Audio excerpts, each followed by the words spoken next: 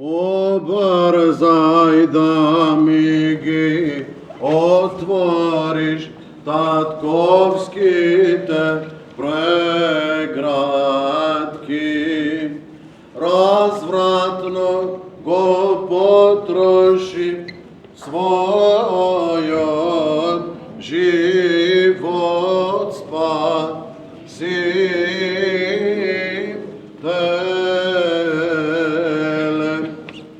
Сега не презирай го, моето осиромашено сърце, коего вверува погледот на непотрошливото богатство на Твоето мило сърдие.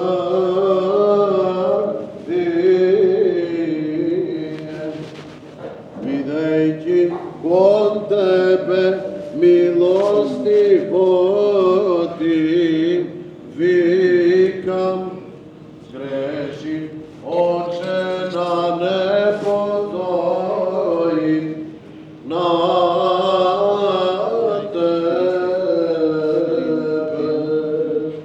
Смутува Бог, како човеколюбив татко, гледајќи во вашето смирение и вистинско покаяние, не прима ваш жена, како блудниот син кој се кајате и од се срце пријавите кон него.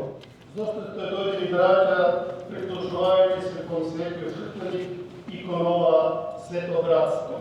Сакаме испоснички живот високо просвещени владико. Ако сакате да се достоите за ангелски лик, да се броите во редот на монасите, Да, со Божија помош високо просвещени владико. наистина сте отворили големо и блажно дело, сами ако го довршите бидејќи добрите дела, со труд се постигнува и со мака се извршува. Дали со своја слободен разум и по своја слободна волја пристапувате кон Господа? Да, со Божија помош високо просвещени владико. Да не го правите тоа од некоја друга потреба или принудно. Не високо просвещени владико. Се откажувате ли од светот и се во него по Божја заповед? Да, високо просвещени владико. Сакате ли да останете во овој манастир или во оној во кој ќе ви биде одредено во испостништво се до крајот на животот? Да, со Божија помош високо просвещени владико. Дали ќе се чувате себе си во девственост, целомудреност и побожност до смртта? Да, со Божија помош високо просвещени владико. Ќе видите ли послушни на игуменот и на братството? Да, со Божија помош високо просвещени владико. Видите ли се до смртта доброволно сиромашни заради Христа и никаков имот нема да стекнувате за себе, освен оно што е за општа потреба и тоа од послушност, а не по своја волја? Да, со Божија помош високо просвещени владико. Ги примате ли сите прописи на обтежитниот монашки живот и правилата составени од светите отци и од настојателот што ќе ви се наложуваат?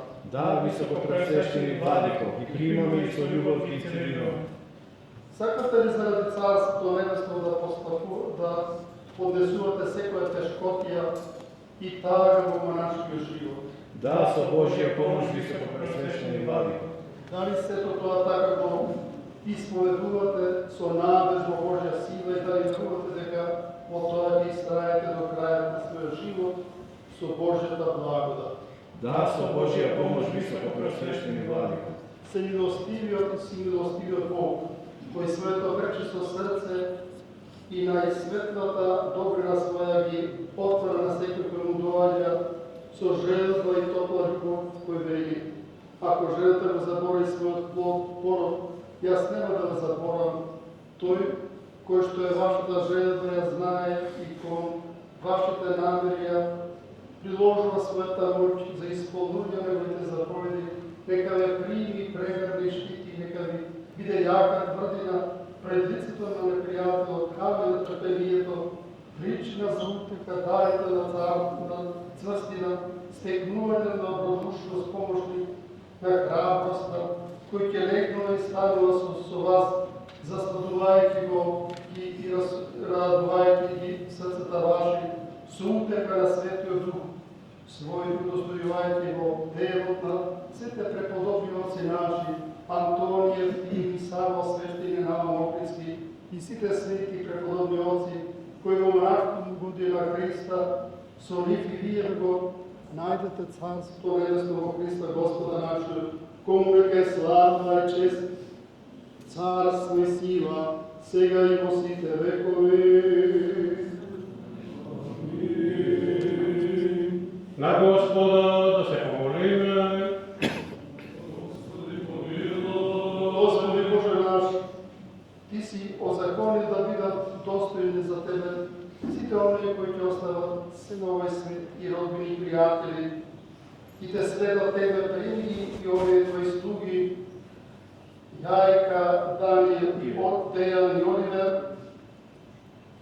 кои се одрекле од сето тоа според Твоите свети заповеди и упати ги на Твојата вистина, бидејќи непоколекливо Ти припаѓа Тебе, погради ги со силата на Твојот свет дух, за никако непријателско опасно да не владе над нив.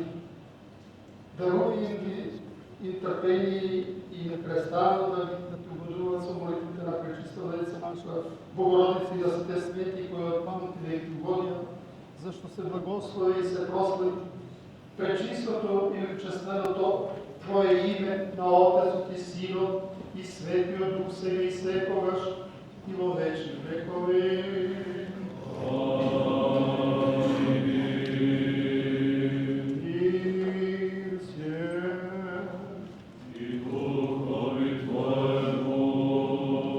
Вашите глави преклоните ги пред Господа.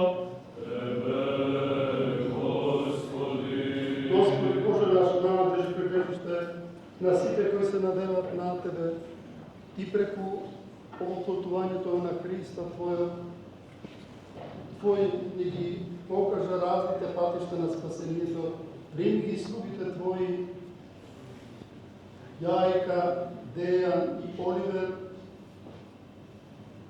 кои ги оставија световните желби и себе Ти се принесува на Тебе, Владика, на жива жртва, пријатна отстранена од нив секаква телесна желба и неразумни потреби, со отстранување на нечувствителните влакна на косата, отклони ги и и неразумните мисли и дела, и да се удостоја да го земат јарен во Твој благ, бремето Твое лесно, и да го земат крстот и да врват по Тебе. Владико, сочувај ги во Твојата светост, дарувај ги добра намера, во чувањето на Твои свети заповеди, бројувајќи ги во погодно време во бројот на Твоите избрани, со благодатничко љубието на Твојот Син, со колку си благословен со пресветиот благ и животворен Твој Дух, сега и секогаш и во вечни векови.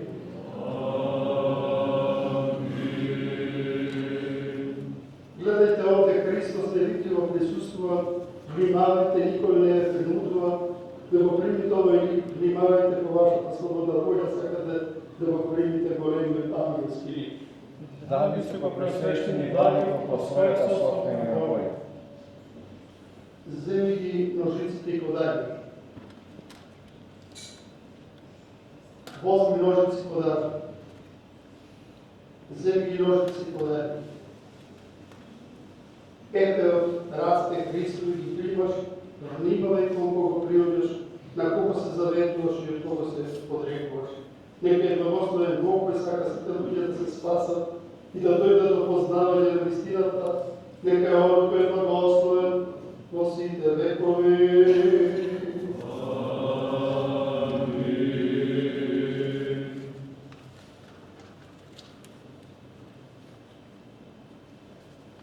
Братот наш Елисеј ја пострижува косата на својата глава во знак на откажување од светот и се што е во него во знак на откажување на својата воља и сите телесни желби во името на Отецот и Синот и Светиот Дух, да речеме сите за него: Господи помилуј. Господи помилуј.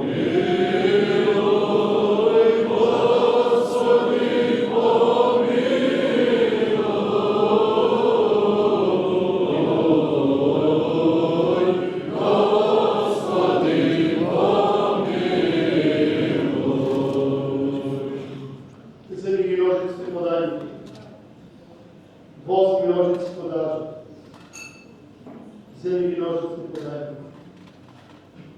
Ето расте Христови ги примаш од никога кога приуѓаш, на кого се заветош и од кого се одрекаш. Нека е благословен Бог, кој сака сите луѓе да се спасат и да дојдат до познавање на вистината, нека е овој благословен во сите векови. Братот наш Пантелеймон ја пострижува косата на својата глава во знак на откажување од светот и се што е од него, во него во знак на откажување на својата воля и сите телесни желби. Земи ги ножици подај ги. Возми ножици подај ги.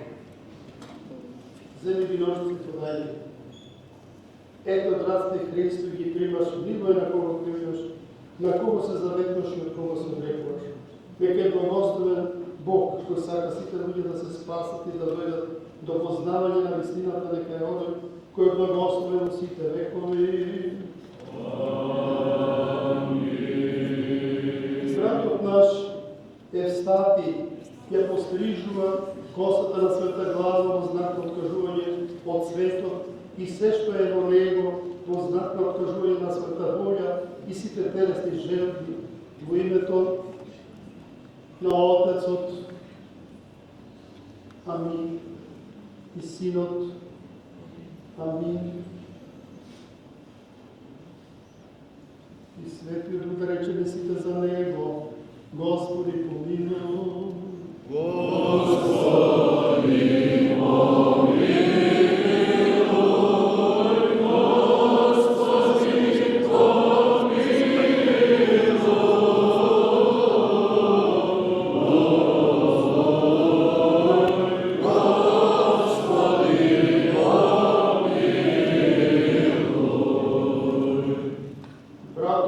Братята наши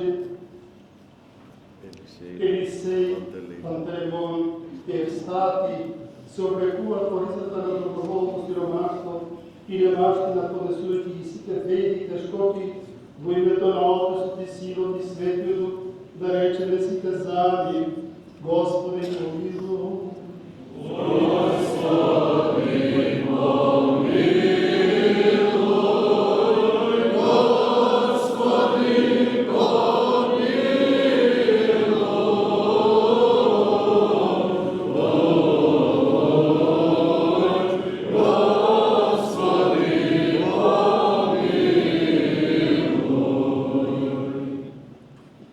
Братята наши Елисей, Пантелеймон и Евстати примат параман како знак на ангелски лик, како секојдневен подсетник на земјиот бладјар Христов населе и неговото телесно носење како возлажување и заколкување на сите телесни желби примат знак на крстот Господов на своите гради, како се рекордува подсетник на страдање, понижување, плукање, подигнување, рани, шлаганици, разплување и смрт на Господа и Бога Спасителот наш Исус Христос, кој Он доброволно ги претрпе за нас, а да ги се труделе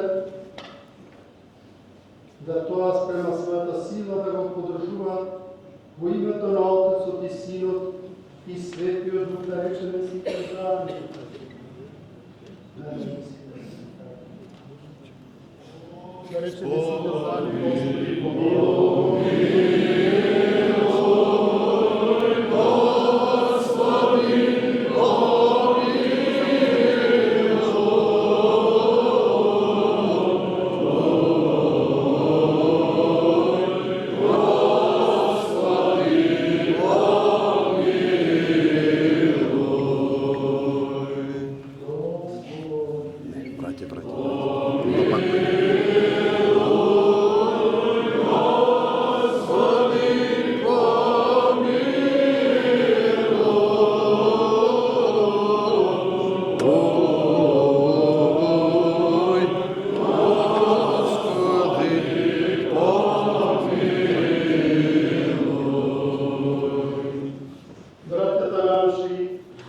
Елисей, Пантелеймон и Евстати се облекуваат во облека на весел и духовна радост за одгонување и газење газање на сите теги и нетежи кои лекуват од ѓаволот и од телото и од светот, и на постојано веселие и радување Негово нивно Христа, во името на Отецот и Синот и Светиот Дух, да речеме сите заедно. Господи, помилуј. Господи, помилуј.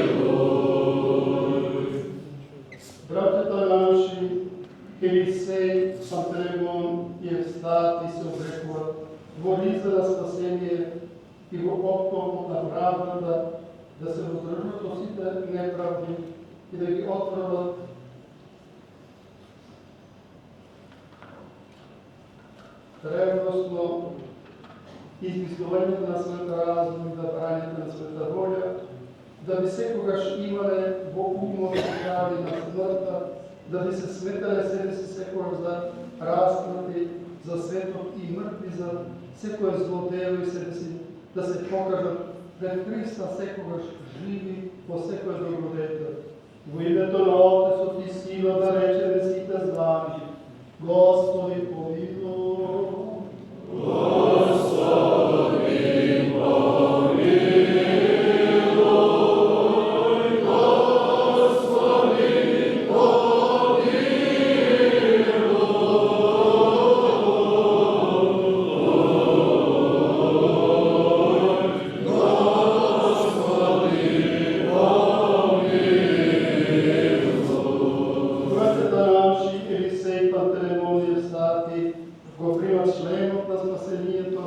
и непосредно родење, да може да се спротистават на сите ѓаволски лукавства, покрива света глава со покров на смирение и непрестано послушување во знак на духовна философија и своите очи да ги окртат, да не гледат празнина, во името на Отецот и Синот и Светиот Дух да речеме сите заедно.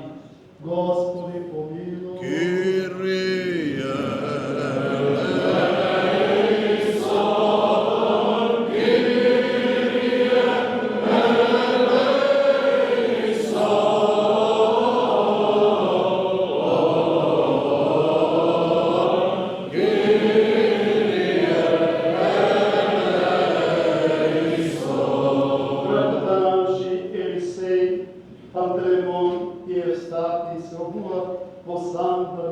Примајќи се за благовестување на мирот, за брз и спремен да се на секој послушање на секој добро дело, во името на Отецот и Синот и Светиот Дух да речеме сите заедно. Господи, помилуј. Господи, помилуј.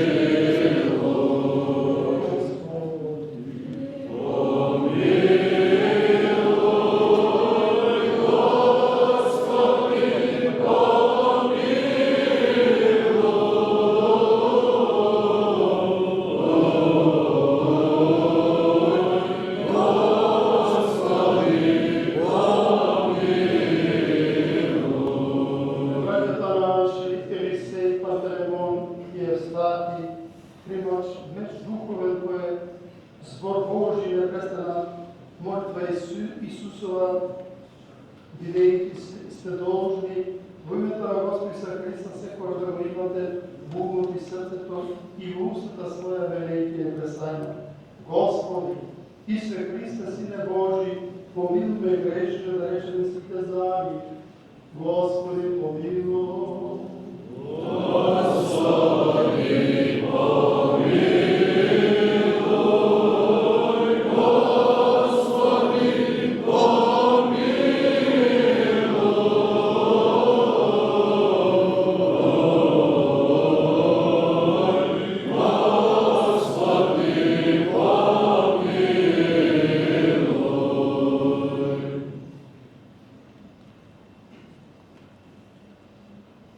Браќата наши Елисеј, Пантелеймон, Евстати, го примаш штитот на верата, крстот Христос, со кој ќе можел да го изгаснат сите распалени стрели на нечестивиот и секогаш имате на ум дека Господ рекол, кој сака да оди по мене, нека се отрече од себе, нека го земе својот крст и нека врви по мене, да речеме сите зави. Господи, помилуй.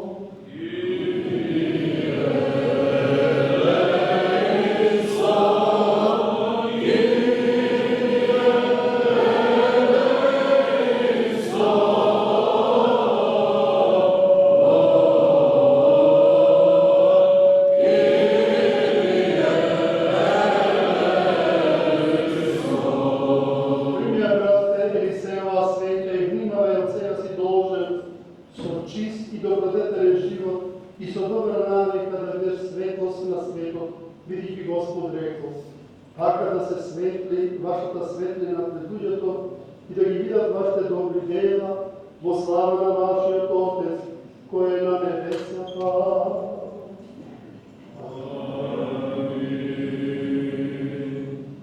Примија, брате Пантелеймон, ова свинќа внимава и од сега си должен со чисти добродетелен живот и со добра намера навика да биде светлост на светот, бидејќи Господ рекол, така да свети вашата светлост пред луѓето и да ги видат вашите добри дела во слава на вашиот Отец, кој е на небесата.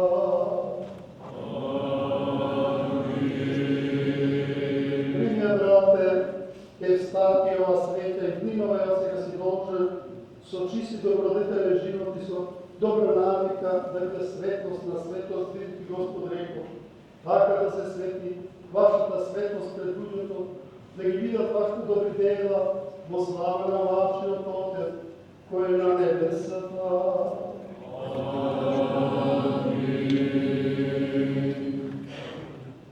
Братот наш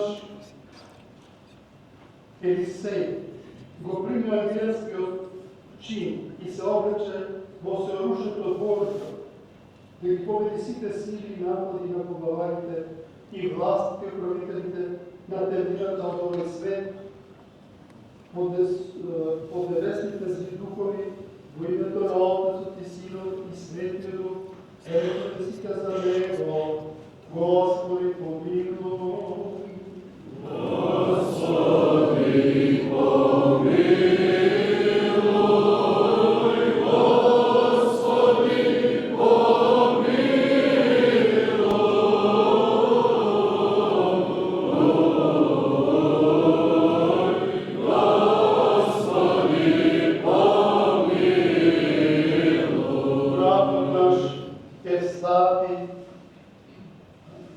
Пантелеймон го прими ангелскиот чин и се облече во сеоружето Божјо, да го победи, да ги победи сите сили и напади на подаварите, властите и правителите на темнината од овој свет и поднебесните зли духови во името на Отецот и Синот и Светиот Дух, да речеме сите за него, Господи, помилуй.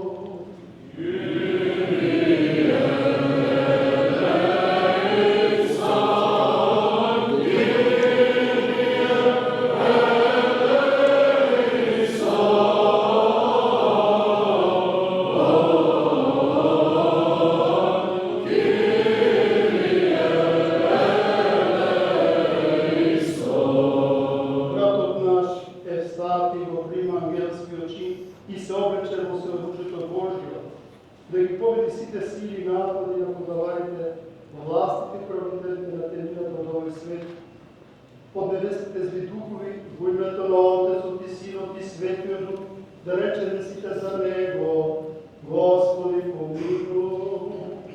Господи помилуј.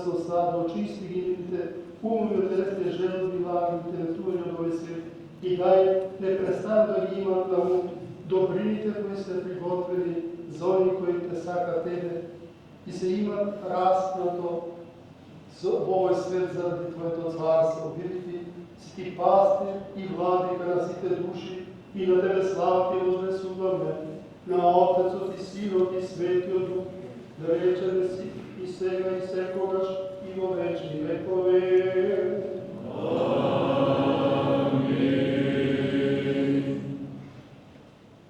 Ваше Преосвещенство, драги браќи и сестри, нека биде дозволено ова вечерна, ова празнична вечерна, да се обратат по сите вас, браќи и сестри. Најпрво да искажам голема благодарност на нашиот Спасител, Господ Исус Христос, кој благоизволи во ова наше светилиште, а можеме да речеме и во наша македонска лавра, да заживее монашко братство под мудрото раководење на игуменот епископот Антамински и господин Пратели. Не помала благодарност се скажуваме и култиватор на ова светилиште, Светиот Јован Крстител предвеча на нашиот Спасител Господ Исус Христос. А сега да кажеме неколку збора со мала повука и кон браќата Елисеј и Пантелеймон и Евстахи, кои вечерва ги изедува монашките завети. Вечерва вие се родите по трет пат. Верувам дека ме разбирате што зборувам. Првото ваше раѓање е од вашите биолошки родители во моментот кога ве родиле како природни суштества од деца Божи. Второ ваше раѓање е во светиот купел на светата тајна крштење, повторно раѓање за духовно растење и духовен живот. Сегашното пак трето раѓање е вашето монашко послужување за ангелско житие. Од сега вие ќе бидете отсечени од старите имиња и ќе ги имате како спомен и сон.